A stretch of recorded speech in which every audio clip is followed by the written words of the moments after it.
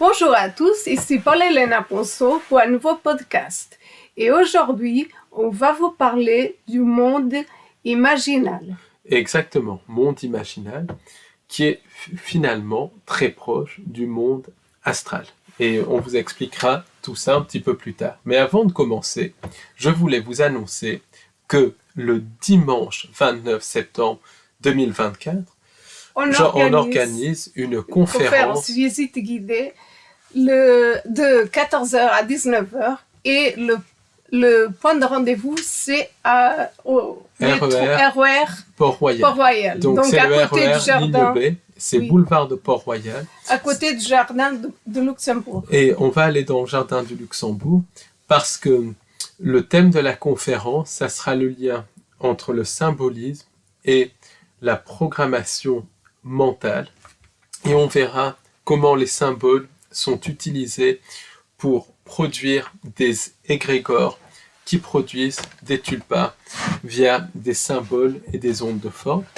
Donc, on n'a pas choisi le quartier du Luxembourg pour rien parce que c'est bourré de symbolisme lié au culte de Saturne, lié au culte des entités non humaines. Et puis, on parlera de la chute, de comment l'humain est tombé dans la fausse création. Et on verra comment le mal, ce vético, s'est installé chez l'humain. Donc là aussi, il y a énormément de symboles dans ce quartier sur les mythes. Donc voilà, n'hésitez pas à venir pour tous ceux qui habitent Paris. C'est le dimanche 29 septembre de 14h à 19h. Le point de rendez-vous, c'est la station de RER Port-Royal, ligne B, boulevard de Port-Royal. Si vous ne prenez pas le RER, vous pouvez y accéder en métro via la station Raspail par la ligne 4 et la ligne 6. De toute manière, c'est vraiment très central. Donc, n'hésitez pas à venir, d'autant plus que c'est un tout petit prix. Et on mettra un lien juste en dessous de ce podcast pour que vous puissiez vous y inscrire. Donc, pour cela, c'est le premier lien. Pour le deuxième événement, c'est la conférence qui aura lieu le 5 octobre, le samedi 5 octobre, de midi à 18h. Et cette conférence aura lieu au Café d'Orléans, au 43 avenue Général Leclerc, 75 014 Paris 14e, métro Mouton du Vernet, ligne 4. Et le thème, ça sera le lien entre le ciblage en réseau, les false flags et la présence non humaine. Donc là encore, ça sera une conférence inédite et ça sera le deuxième lien. Dans le deuxième lien, vous trouverez le programme détaillé de la conférence et notre adresse mail. Et si vous souhaitez y participer, il vous suffit de nous envoyer un mail. Le troisième événement, c'est le webinaire de Paul Ponceau le samedi 19 octobre de 18h à 22h. Et le thème du webinaire, c'est sur l'opposition contrôlée. Exactement. Donc, sachez que ce webinaire est en direct, donc avec des questions, des réponses, des échanges, parce qu'il y a tout un système de chat, des gens peuvent poser directement les questions et tout ça. Donc, il y a énormément d'échanges. Donc, le webinaire est prévu pour durer 4 heures, mais prévoyez au moins 1 heure de plus, parce qu'on a débordé d'1h20 au dernier webinaire. Donc, c'est vraiment un webinaire rempli d'informations et en plus à un tout petit prix. Donc, pour vous inscrire au webinaire, c'est le troisième lien juste en dessous de ce podcast et il vous suffit de suivre la procédure. Absolument. Et donc, Paul Ponceau, comme Paul Ponceau va très très loin, vraiment, c'est un plaisir de l'écouter. Et vraiment, on découvre toujours beaucoup plus d'informations et on n'a jamais fini, n'est-ce pas, Paul? C'est ça. Rien qu'aujourd'hui, j'ai passé ma journée à prospecter pour trouver des indices à propos de la Tartaria, à propos de manipulation de la timeline à Paris. Donc, c'était très, très, très intéressant, d'autant plus qu'on fait des nouvelles découvertes à chaque fois qu'on fait ces espèces de prospection, on fait des nouvelles découvertes, des nouveaux symboles, on a des nouvelles idées, des nouvelles intuitions, appelons ça comme ça, mais qui sont basées sur l'observation. Donc, c'est une recherche qui est passionnante et qui nous passionne et qui progresse tout le temps. Oui. Alors, je voulais aussi remercier les personnes qui nous ont envoyé des témoignages. Il y en a eu plusieurs. Sachez qu'on va répondre à tout le monde. Simplement, il nous faut parfois un petit peu de temps pour répondre. Donc, merci à tous ceux qui nous ont envoyé leurs témoignages. Et sachez que si vous voulez nous soutenir, n'hésitez pas à nous envoyer vos témoignages à propos d'expériences paranormales, de rencontres rapprochées, d'abductions, d'expériences de ciblage en réseau, parce que c'est par le témoignage et l'échange que cette recherche peut progresser. Et aussi, vous pouvez nous soutenir en achetant nos livres, en faisant des dons sur notre site. De toute manière, on va mettre en dessous de ce podcast tous les liens où vous avez accès et à notre site et à la librairie du bonheur. Et vous pouvez commander les livres, vous pouvez faire tout cela. Donc, pour continuer, Paul, aujourd'hui, on va parler du monde imaginal. Qu'est-ce Exactement. Donc, le monde imaginal? Le monde imaginal, ce n'est pas le monde imaginaire, c'est le monde des idées. Alors, le monde des idées, c'est comment j'ai eu cette notion, c'est que je parlais à un philosophe français, Rudolf Palangda, donc bien évidemment c'est un pseudonyme parce que il ne veut pas être identifié et c'est quelqu'un qui est relativement connu dans son milieu et il m'a parlé de ce concept du monde des idées et il m'a expliqué que tout ce qui était inventé dans cette réalité prenait vie dans le monde des idées. Par exemple, il a expliqué que les personnages de dessins animés, les personnages de films prennent vie dans le monde des idées. Et ça, c'est très très intéressant. C'est quoi la différence entre monde imaginal et monde imaginaire? Parce qu'on pourrait penser que c'est la même chose. La frontière est très floue. C'est le monde imaginaire, c'est la créativité, c'est d'où vient la créativité si elle n'est pas interférée. Le monde imaginal, c'est où se manifestent les créations. Donc, c'est une région, pour faire simple, du monde astral. Le monde astral, qui est le monde de l'illusion, qui est modelé en fonction des croyances. Le monde imaginal, c'est le monde où se matérialisent les idées, où littéralement tout ce qui est imaginé va prendre vie. Donc, c'est les philosophes arabes qui parlaient de ça, donc il y a près de 1000 ans. C'est aussi les gnostiques qui parlaient de ce monde imaginal. Les aborigènes aussi d'Australie parlaient de ça. Donc le monde imaginal, c'est quelque chose qu'on retrouve dans toutes les cultures. C'est une région du monde astral. C'est là où littéralement tout ce qu'on imagine, tout ce que l'on crée prend naissance et se met à exister. Donc c'est là où naissent les tulpas. Donc attention, les idées dans le monde imaginal ne sont pas des tulpas.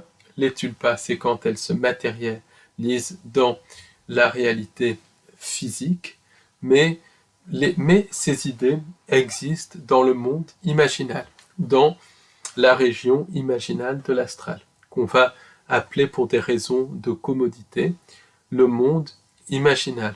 Donc, est-ce que c'est un petit peu comme les timelines où tu fais quelque chose, mais ça existe une infinité d'autres choses en même temps parallèles? Il y a une infinité dans le monde imaginal. Voilà, Dès qu'on c'est ça. pense, dès qu'on crée quelque chose, toutes les rédactions qu'on a créées quand on était à l'école prennent vie dans le monde imaginal. Et ça, c'est quelque chose qui explique énormément de phénomènes. Ça explique, par exemple, certains rêves où les gens vont se mettre à rêver de personnages de films et tout ça, alors qu'ils n'ont absolument pas vu les films. Par exemple, il y avait quelqu'un, un monsieur qui était barman du reste, qui ne connaissait rien en tout cas à ma connaissance, qui ne connaissait rien aux extraterrestres et aux ovnis. Et un jour, il a fait un rêve d'extraterrestres et d'ovnis. De fil en aiguille, via ce rêve, il s'est intéressé à l'ufologie et tout ça. Donc c'est très intéressant. Donc, est-ce que cette personne qui a fait des rêves d'ovnis se rappelait d'une abduction dont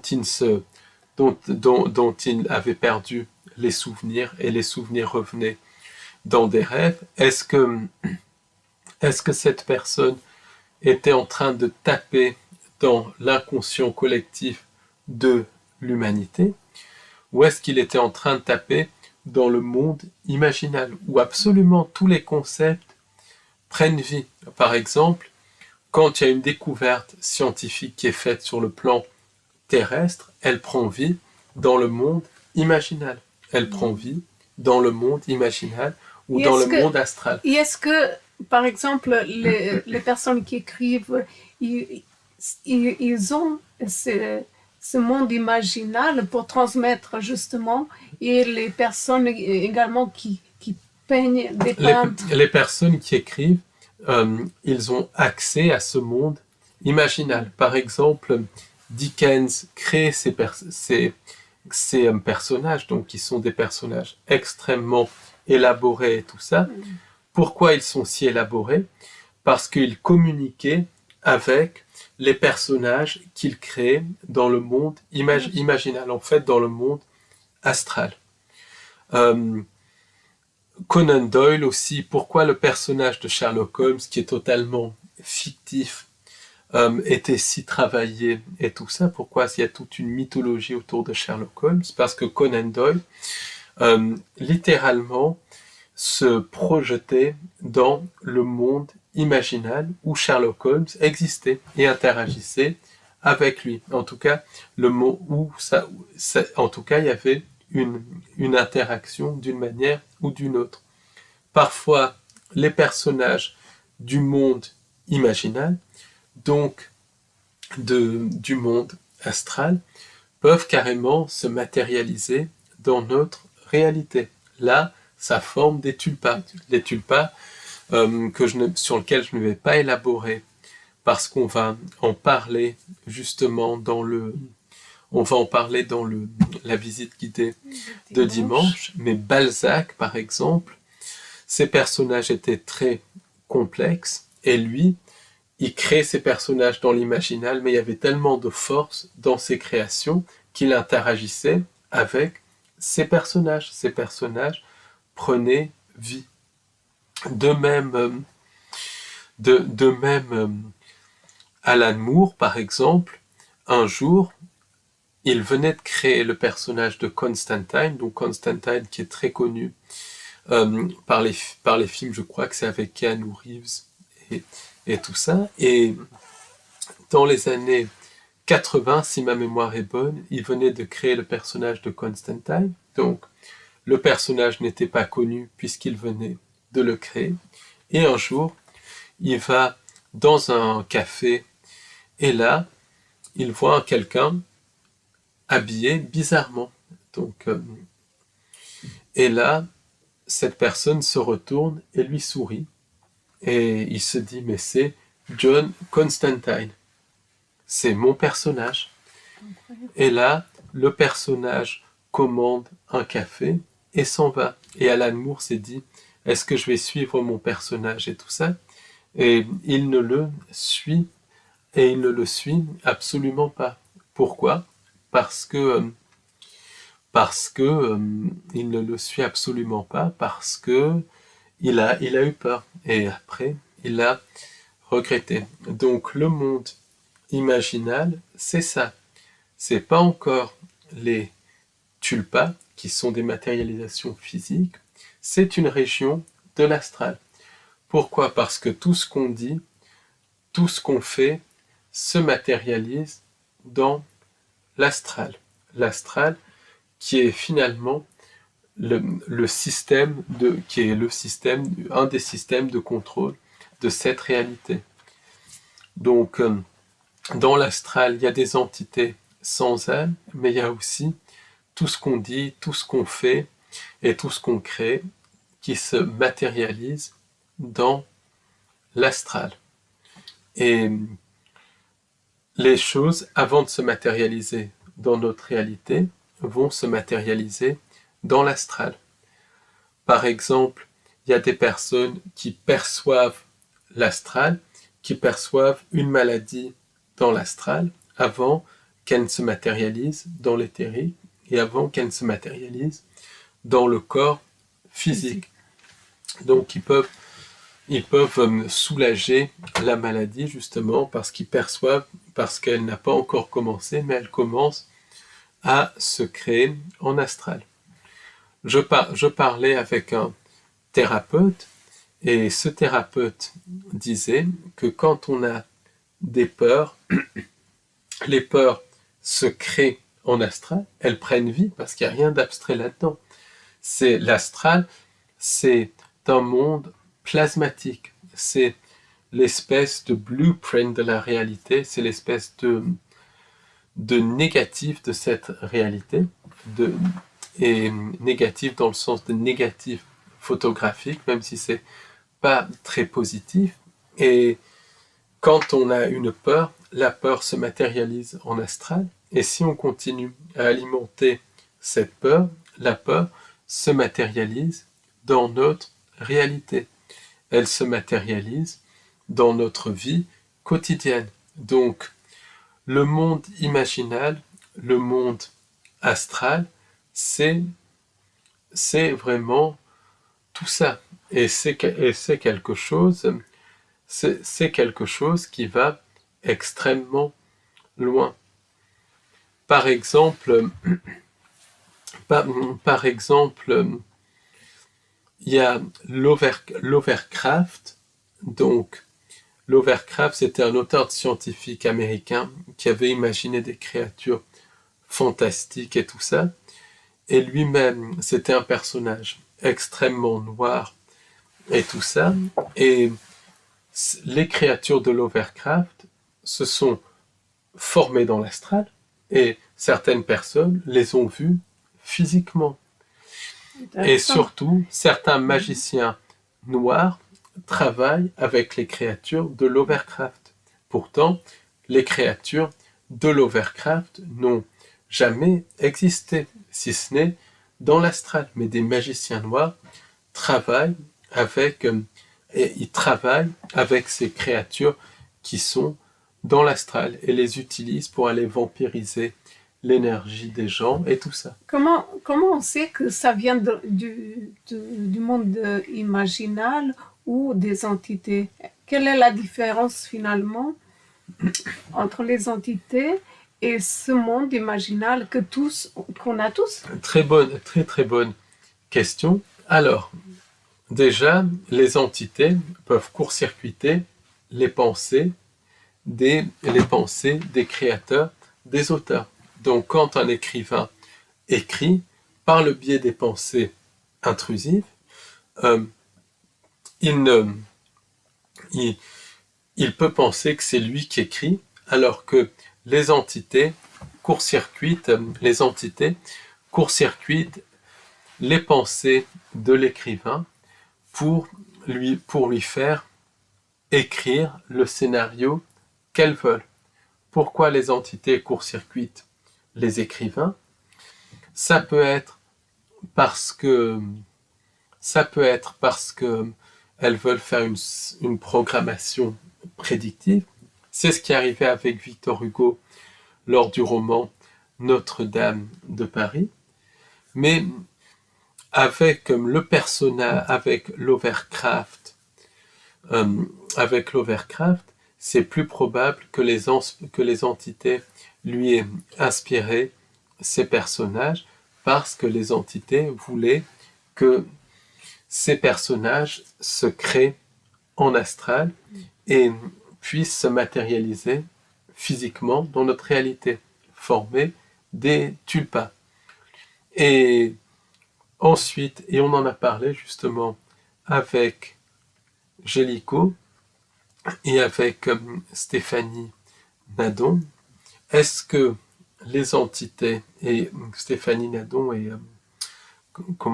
Tony, donc est-ce que ces entités ne seraient pas les entités donc qui nous manipulent, donc entités reptiliennes, entités gris, entités insectoïdes et tout ça? Est-ce que ces entités ne seraient pas des entités issues d'un égrégore de peur, qu'une force qu'on peut appeler le démiurge, le démon, le diable, nous aurait programmé à créer?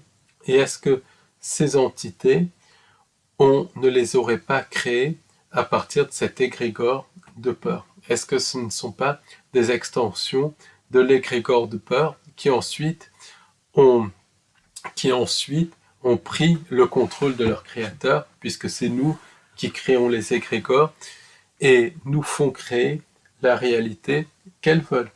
Ça, c'est une hypothèse qu'il faut vraiment creuser. Est-ce que la peur ne nous aurait pas fait créer l'entité? Donc, comment ça serait, les entités sans âme, comment ça serait passé? A priori, c'est pas normal d'avoir peur. Parce que moi, je pense qu'il y a deux épisodes il y a deux hypothèses pour la chute de l'humain, et ça on en reparlera à la conférence de dimanche, où le démiurge, via des entités sans âme qu'il aurait copiées à partir de nous aurait leurré à tomber dans la fausse création, et ces entités sans âme nous auraient ensuite manipulé à créer la réalité qu'elles veulent. Ou bien, et ça c'est une hypothèse qu'il faut considérer, le démiurge, une entité, se serait coupée de la source, de Dieu, et aurait perdu sa capacité à créer. Cette entité nous aurait donc manipulés par les pensées intrusives, donc dans la vraie création, à avoir de la peur. La peur aurait formé un égrégore qui serait devenu de plus en plus puissant et qui aurait en quelque sorte emprisonné les humains, les animaux, les végétaux et les minéraux à l'intérieur de cet égrégore. Cet égrégore, en gros, serait notre réalité, et la Tartaria et tout ça, les faux âges d'or, seraient le début de la mise en place de cet égrégore où les choses étaient plus light parce que ça s'est mis en place progressivement. Et est-ce que les entités sans âme ne seraient pas des émanations de cet égrégore que le démiurge nous aurait leurré à créer et qui nous manipulerait et qui ensuite nous utiliserait pour créer la réalité de l'égrégore, des émanations qui seraient devenues physiques, qui seraient devenues des tulpas.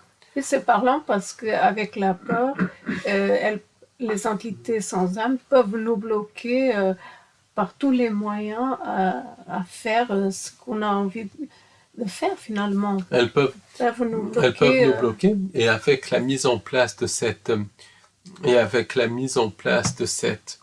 égrégore, de cet égrégore, on aurait créé les entités.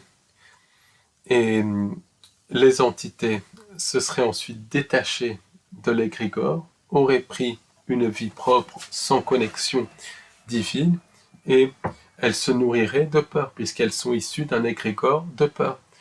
Par moments, elles peuvent retourner à l'égrégore ou sortir de l'égrégore, ce qui explique que la réalité, qui est cet égrégore, est vivante. Et ces entités, ça serait des agents Smith de la matrice, littéralement, qui sont des émanations de l'égrégore. Et on peut se demander si ce qu'on appelle matrice n'est pas cet égrégore de peur que le démiurge nous aurait leurré à créer via les pensées intrusives. C'est quelque chose. Tu ne penses pas que ça pourrait être des virus psychiques? Le démiurge, c'est ça, les pensées intrusives, c'est des virus.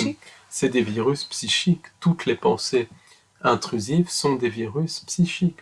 Ensuite, il y a des notions qui sont chargées de virus psychiques, comme la politique, par exemple.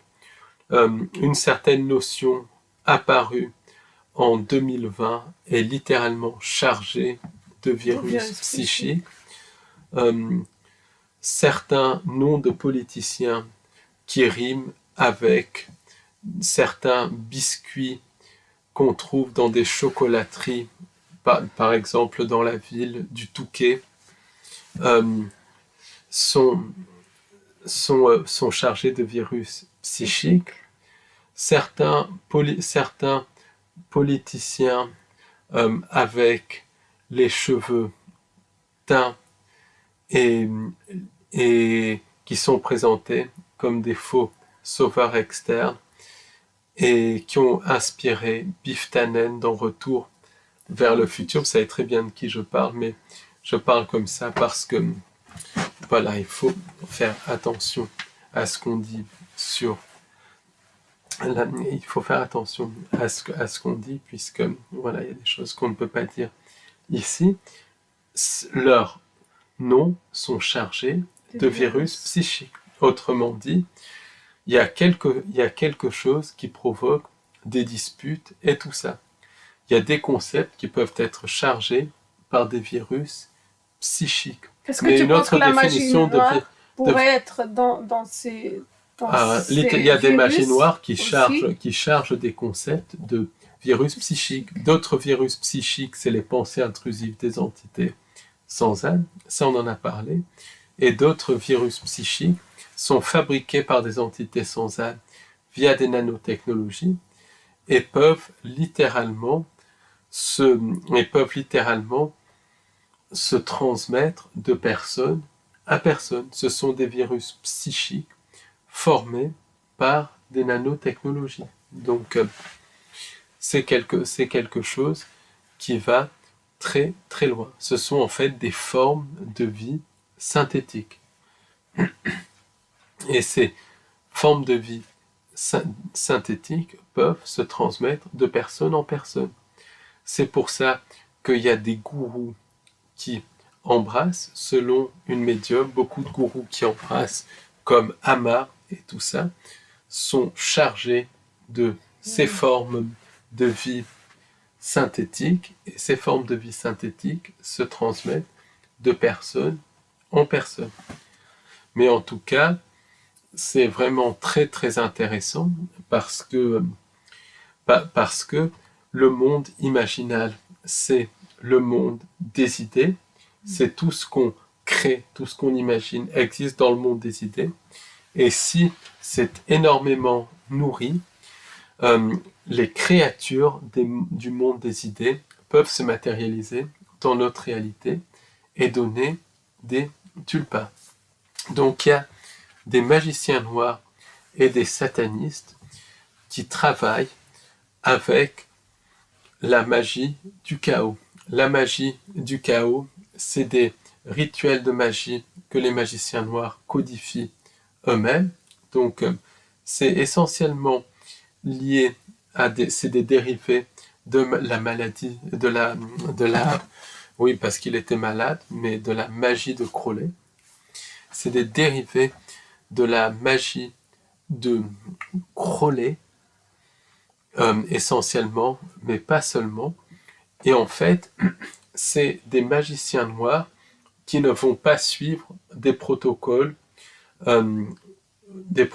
tout faits par des grands occultistes et satanistes d'ailleurs, comme Crowley, John Dee et tout ça. Quand je dis grand, c'est en fait des occultistes puissants, connus, parce qu'ils n'avaient rien de grand, c'était des satanistes, des gens absolument abjects et puants, mais grands dans le sens où ils avaient énormément de connaissances de l'occulte, puisqu'ils étaient en contact avec les entités. Donc ça, c'est très, très important à souligner. Donc ces gens-là vont prendre des éléments de ces magiciens noirs connus, ils vont un petit peu les modifier et ensuite les utiliser pour faire leur propre magie.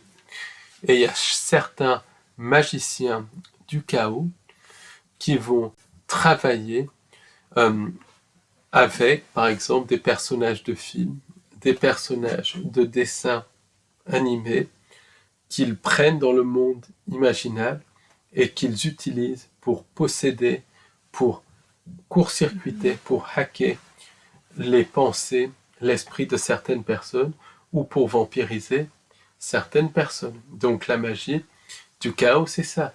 Il y a des magiciens noirs qui littéralement travaillent avec des personnages de films, des personnages de dessins animés. Même des déesses, des dieux anciens. Du reste, Stuart Sverdlow expliquait qu'il y avait des programmations des programmations mentales qui étaient liées à la série et au film Star Wars.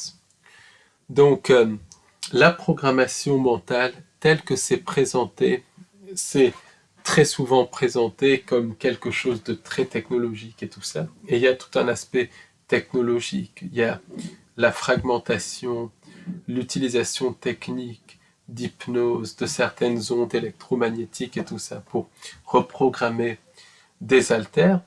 Mais je pense qu'il y a cet aspect entité qui est très utilisé dans la programmation mentale.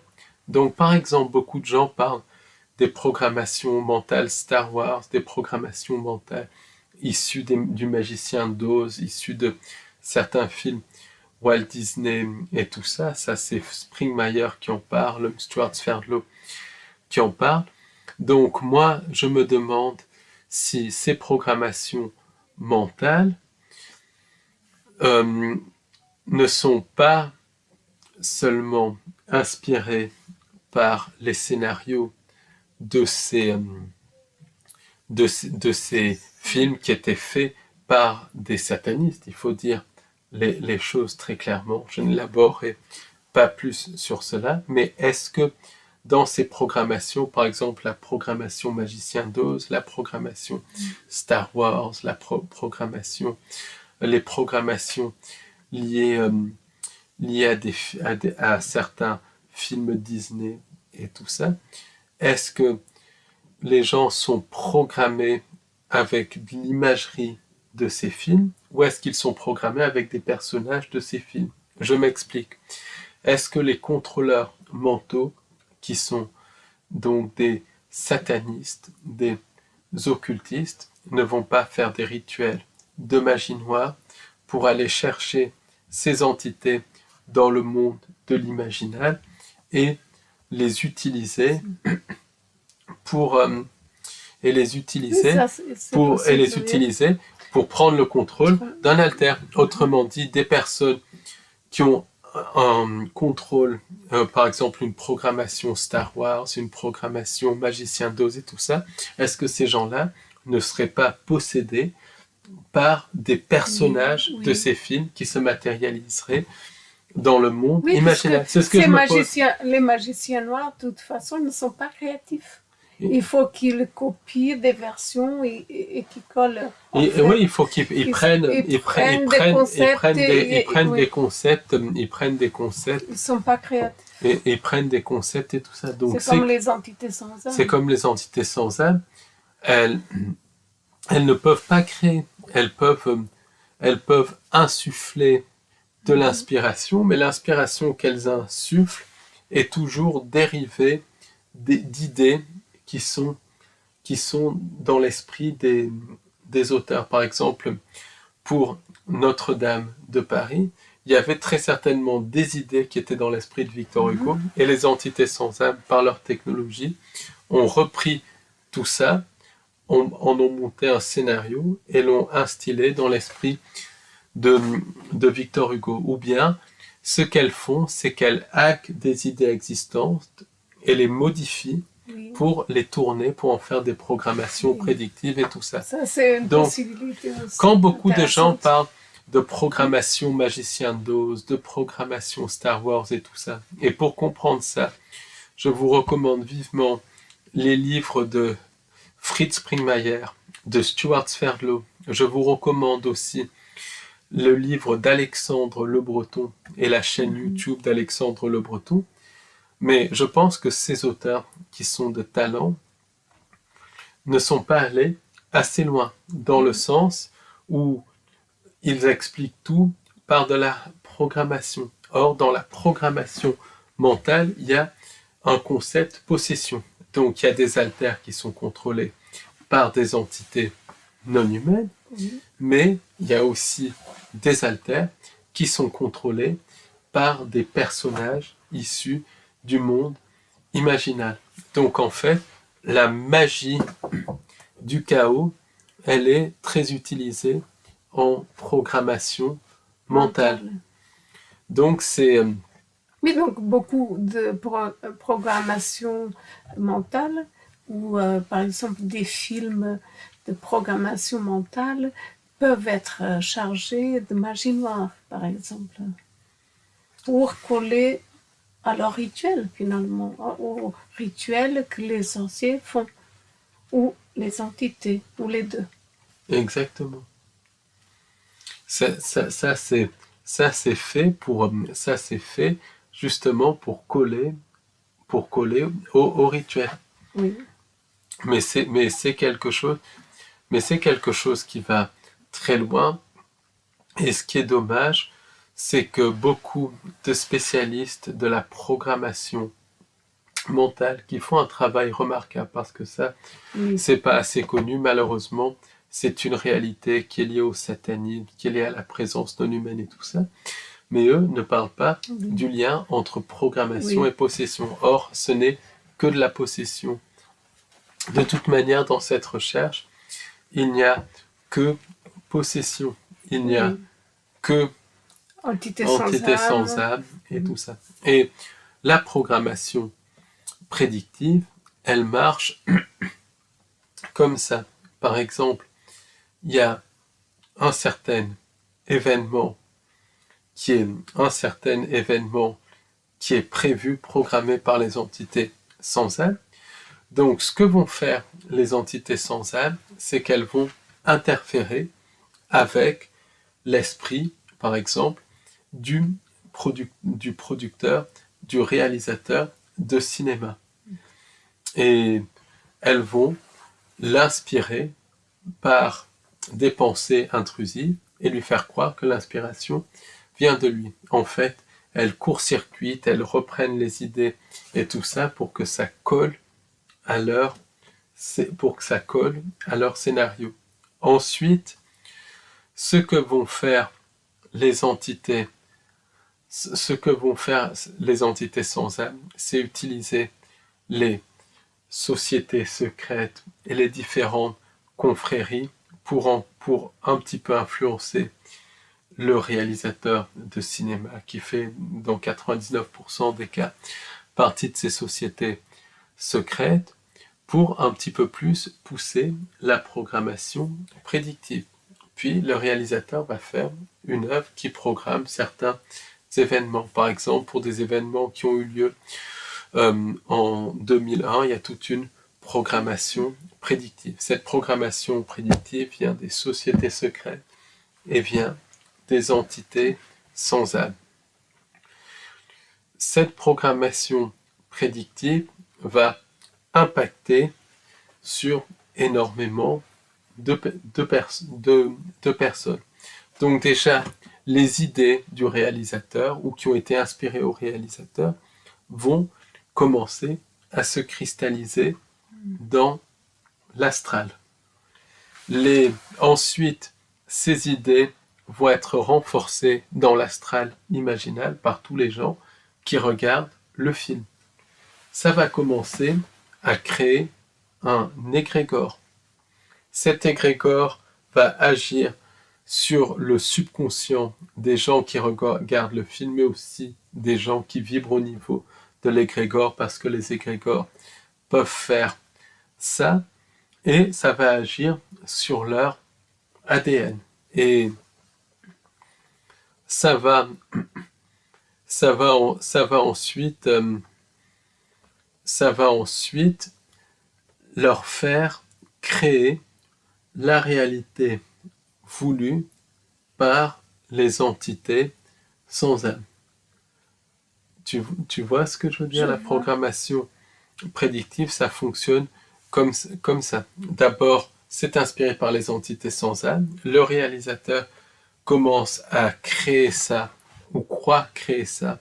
Et en fait, c'est lui qui le crée, mais il est inspiré par des entités non humaines et des sociétés secrètes. Les personnages, le scénario du film, qui est une programmation prédictive, prend vie dans le monde astral. Dans le monde astral, ça crée un égrégore qui capte les gens qui vont regarder ce film, et ça renforce cet égrégore. L'égrégore devient de plus en plus puissant et influence ensuite l'esprit des gens qui vibrent au niveau de l'égrégore et le subconscient des gens, et ça leur fait créer un canevas de réalité compatible avec ce que veulent faire les entités sans âme. Mais les entités sans âme utilisent ce monde imaginal pour nous faire créer la réalité qu'elles veulent.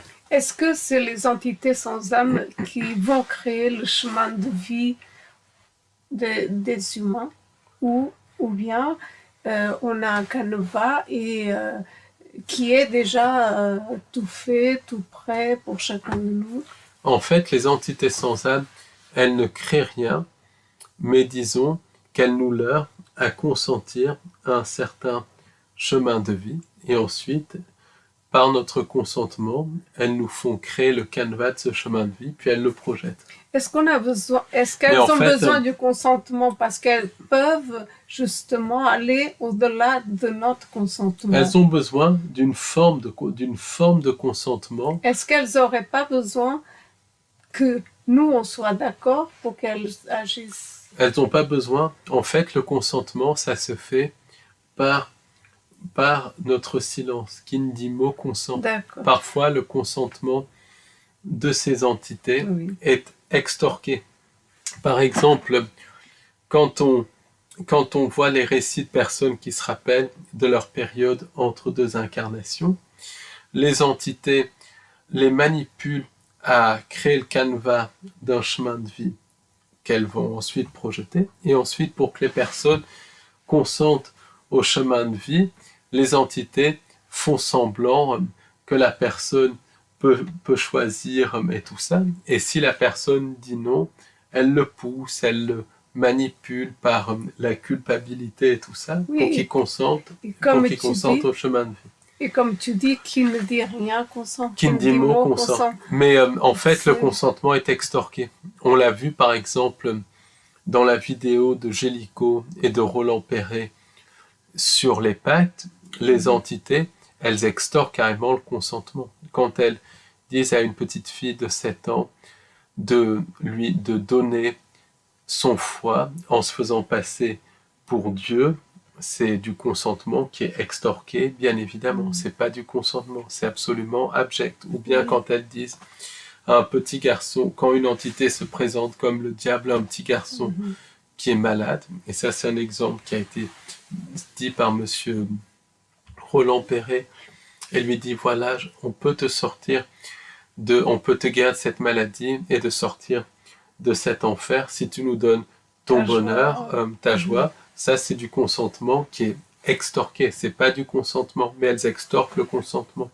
Même techniquement, quand les entités par les programmations prédictives montrent leur scénario, leur programme, c'est pas vraiment du consentement, c'est pour créer un canevas de réalité, c'est du consentement qui est extorqué.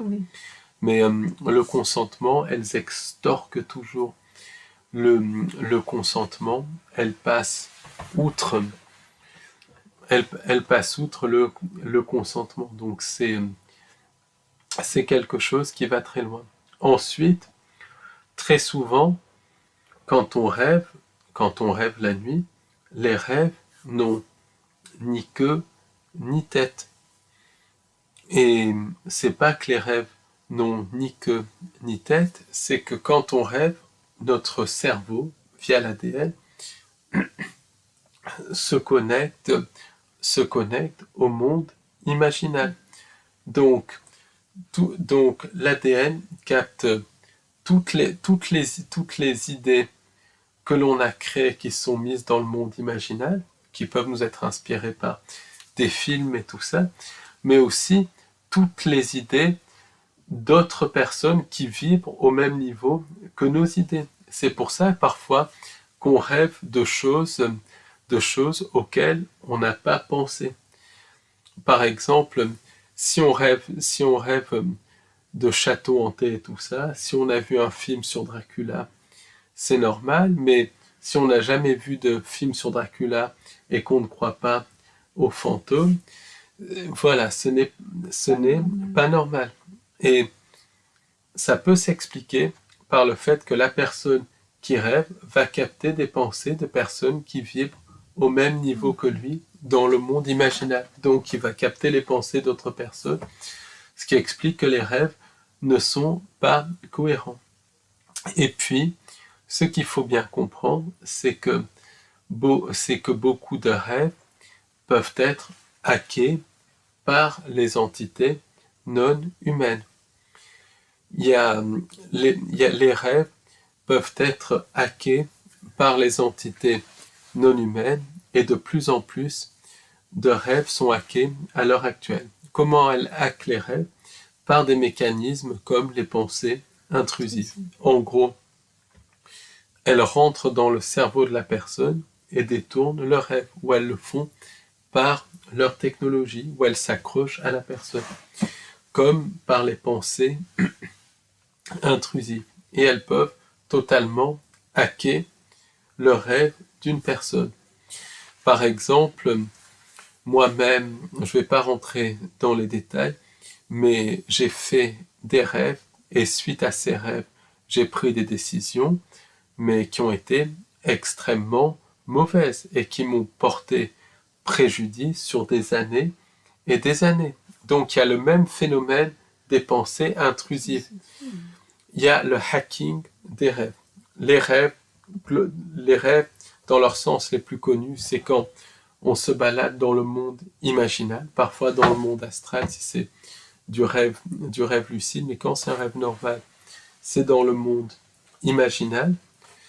Souvent, on interagit avec nos idées, mais parfois on interagit avec les idées d'autres personnes qui vibrent au même niveau que nos idées, ce qui explique que les rêves n'ont pas de queue ni de tête. Mais parfois, nos rêves sont interférés, comme les pensées intrusives, par les entités sans âme.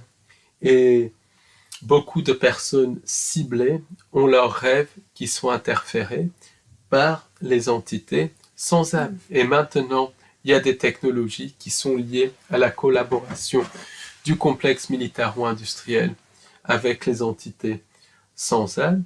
Il y a des technologies utilisées par le complexe militaro-industriel pour court-circuiter, pour hacker les rêves. Justement, j'ai eu le témoignage de plusieurs personnes qui ont eu leurs rêves court-circuités par le complexe militaro-industriel. Et puis maintenant, on est de plus en plus exposé aux nanotechnologies à cause de divers épandages, à cause de certaines, voilà, je ne dirais pas plus, à cause d'additifs alimentaires et tout ça, par le fait aussi qu'il y a énormément de nanotechnologies dans notre environnement. Ces nanotechnologies se logent au niveau du cerveau. Ces nanotechnologies influent sur l'ADN. Donc, elles nous connectent au monde des intelligences artificielles, qui est le monde de l'astral virtuel. Et beaucoup de personnes qui font des rêves vont faire des rêves qui n'ont rien à voir avec le monde imaginal maintenant, mais qui ont à voir avec le monde des intelligences artificielles. Des rêves qui sont liés à l'astral virtuel. Comme il y a des sorties en astral, beaucoup de sorties en astral à l'heure actuelle ne sont pas liées au monde astral et au monde imaginal, qui sont les mondes de la fausse lumière. Ça, c'est clair, la fausse lumière contrôle ces mondes, mais qui sont liés au monde des intelligences artificielles. Et est-ce que, par exemple, par les rêves, on peut être attaqué par les entités sans âme, par la sorcellerie et tout ça? Beaucoup de magiciens noirs, beaucoup d'entités sans âme vont court-circuiter les rêves. Beaucoup vont créer des cauchemars pour créer de la peur, pour extraire l'énergie des gens. Et ce qu'il faut savoir, c'est que l'histoire de Freddy Krueger, les griffes de la nuit, c'est une histoire qui est basée sur des faits réels. C'était des gens qui venaient d'une communauté au Cambodge et quand ils sont arrivés aux États-Unis lors de la guerre du Cambodge, mouraient. Beaucoup de personnes mouraient alors qu'elles étaient en bonne santé, leur cœur s'arrêtait pendant les rêves. Et dans cette communauté, il y avait des entités qui pouvaient rentrer dans les rêves et tuer. Enfin, c'est un truc de fou. Et en fait, ce n'est pas seulement limité au Cambodge et tout ça, c'est qu'ils sont plus au courant. Mais je pense, et là on est dans le domaine de l'hypothèse, qu'il y a des entités qui peuvent rentrer dans les rêves et des formes d'intelligence artificielle qui peuvent rentrer dans les rêves et littéralement faire mourir de peur des personnes en plein dans les rêves. Ça explique pourquoi il y a des personnes qui ne se réveillent pas et tout ça, qui sont en parfaite santé, qui ne se réveillent pas. Je parle, maintenant il y en a beaucoup plus, on sait pourquoi, mais il y a toujours eu, c'était beaucoup plus rare, mais il y a toujours eu des personnes à qui ça arrivait, et moi je pense que ou c'est des magiciens noirs qui les vampirisent, qui prennent leur énergie vitale, ou des entités qui prennent l'énergie vitale, ou bien des entités qui court-circuitent les rêves et qui font littéralement mourir les gens de peur. Et qu'est-ce que tu en penses des personnes qui sont soi-disant dans la lune, qui ont des moments où elles sont là sans être là? Est-ce que tu penses que leur esprit est ailleurs? Est-ce que tu penses que c'est... Tu parles de moi? Non. Parce que c'est souvent ça. Ben, en fait, quand on est dans la lune, on peut être pris dans ses pensées et tout ça. Ça c'est une chose. Quand on est après, et ça c'est plutôt bien parce que c'est là où on crée et tout ça, où on comprend certains concepts et tout ça. Donc ça c'est plutôt bien. Mais après, il y a d'autres personnes qui sont tout le temps dans la lune, qui peuvent aussi être branchés sur le plan imaginal et même sur le plan astral. Et c'est pas mauvais en soi, mais si on est branché sur le plan astral et le plan imaginal, on peut être manipulé par des entités par des entités sans âme. Et elles manipulent comment? Par les pensées intrusives, en Est-ce que court-circuitant ça nos serait une pensées. forme de contrôle mental, justement? C'est une forme, c'est une forme de contrôle, c'est une forme de contrôle mental. Puis après, il y a des gens qui sont dans la lune parce qu'ils ne sont vraiment pas là. Parce que quand les gens sont interférés, possédés partiellement par les entités, là on ne parle pas de pensée intrusive, on parle vraiment de possession partielle ou dans des cas moins d'interférence. Et même le mot interférence, il faudrait parler de possession partielle, c'est plus juste, mais enfin il y a des degrés. Il y a des degrés, donc on va dire le degré moindre c'est interférence, le degré plus grand c'est possession partielle. Quand les gens sont dans la lune, il peut y avoir littéralement, dans certains cas, parce qu'encore une fois, il y a un côté positif, un côté où c'est l'astral, où il y a risque de manipulation, et un côté négatif, où c'est des gens qui sont interférés, possédés partiellement par des entités, et ces entités vont virer l'âme, l'essence de la personne, et prendre le contrôle de la personne. Donc la personne n'est pas là, mais la personne est utilisée par les entités. Et du reste, quelqu'un qui était ciblé, qui avait fait une analyse de son ciblage, disait que beaucoup de personnes qui n'avaient rien à voir avec le ciblage, qui n'étaient pas dans les réseaux style réseau GLADIO, GLADIO, je ne dis pas ce nom, sur ici, qui n'avaient rien à voir. Certaines personnes, selon cette personne ciblée, certaines personnes ciblées étaient utilisées par des entités sans âme qui, pendant quelques minutes, dissociaient, séparaient l'âme de la personne ciblée du corps et pas l'âme de la personne ciblée, l'âme d'un quidam du corps, prenait le contrôle du quidam et ensuite le quidam devenait les yeux et les oreilles des entités et était là pour par exemple espionner une personne ciblée ou bien pour espionner quelqu'un qui dérange, ou bien espionner un chercheur de vérité, un artiste qui dérange, et tout ça. Donc, il y a ce mécanisme où des entités sortent l'esprit du corps d'une personne. La personne est possédée partiellement, et elle ne s'en rend même pas compte. Les entités possèdent ensuite partiellement la personne et utilisent la personne à ce que bon leur semble. Et très souvent, des personnes sont utilisées par des entités pour devenir des espions malgré eux, pour cibler quelqu'un malgré eux.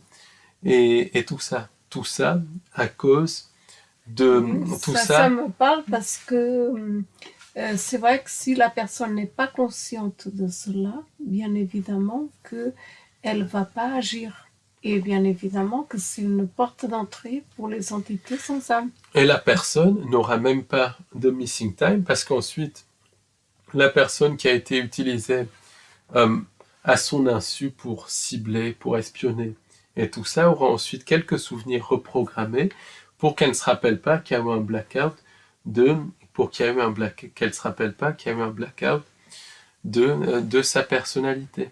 Et il y a beaucoup, je pense, de personnes qui sont utilisées sans qu'ils le sachent à leur insu par ces entités non humaines. Donc, oui, je pense que ça arrive à beaucoup de personnes et puis c'est malgré elles. Même les enfants sont... ça arrive, des enfants. Oui, des enfants sont utilisés malgré eux par des entités non humaine. C'est le témoignage d'une dame contactée qui subissait justement ce qu'on peut appeler du ciblage, et elle disait que même des enfants étaient utilisés pour la cibler. Et moi, je pense que c'est vraiment malgré eux, c'est des entités qui enlèvent l'esprit, l'âme de la personne, se mettent dans le corps de la personne et utilisent la personne comme un véhicule et ensuite repartent. Et la personne n'en est absolument pas consciente. Est-ce que ces entités, c'est des entités sans âme qui ont pris une forme humaine, ou est-ce que c'est des entités sans âme à proprement parler? C'est vraiment des entités sans âme à proprement parler, puisqu'elles possèdent une personne, donc elles ne prennent pas forme humaine, elles ne se matérialisent pas. C'est des entités sans âme qui viennent des inter-univers, du plan astral. Ça peut même être des entités du monde imaginal qui ont été créées par des magiciens noirs dans le but de posséder des gens pour espionner. C'est tout lié à la magie du chaos et tout ça. Donc c'est quelque chose qui va vraiment très très loin. Et c'est un thème qui est vraiment hyper intéressant, ce monde des idées, et qui remet énormément de choses en question et qui montre que la réalité est bien plus vaste qu'on pourrait le penser. Je vous remercie de nous avoir écoutés et à très bientôt pour un nouveau podcast. Merci beaucoup. Merci beaucoup. Au revoir, à bientôt. Au revoir. Au revoir.